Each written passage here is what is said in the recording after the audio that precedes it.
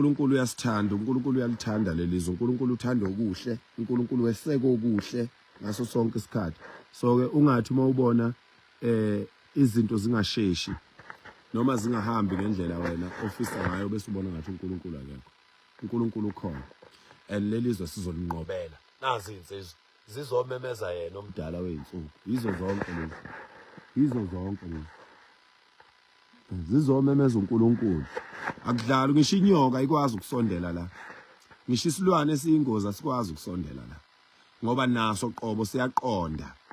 Kwasona qobo isilwane siyaqonda ukuthi lokhu okwenziwayo kuphathelene nempilo. Naso isilwane impilo siyayithanda. Ngisho inyoka eqhamukile la ebusuku ifike yajika ngoba ifice uNkulunkulu la esikhona khona. Yeah. Ifice uNkulunkulu ithe iyafika yafica uNkulunkulu la yavele yajika abuyele emuva. Umoya omubi obucabanga kwehla emndenini yalezi insizwe ezilalela entabeni emagcekeni oyise.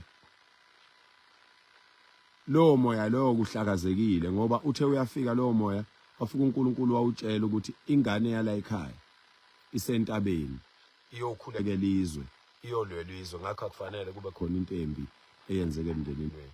Ukukhuleka oyinsizwa ukhuphukele entabeni kuyayilungisa izinto eziningi sizoze siphume kusasa ngesonto abasenethuba lokuza sicela beze sizokhuleka entabeni. Woza necansi nomqamelo nezingubo eziwu2 uphatha ama tracksuit ozwaqoka mawulala kuyabanda.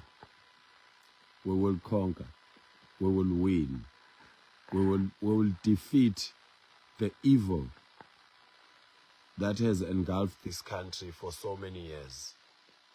We will conquer. We will diffuse the evil spirits that have engulfed our leaders. So much so that when people are saying they have a problem with illegal immigrants, instead of our government fixing that, they want to fight with the citizens of this country. We love our leaders. We will always respect our leaders. We will never call out our leaders in the wrong way, but we always beg them also to pay attention to what we say and the genuine concerns for South Africans. Illegal immigrants must leave this country.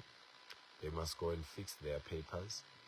Then they can come to the country to visit or to come and do work that South Africans can't do. If the government is failing to do this, we will take over the government. We will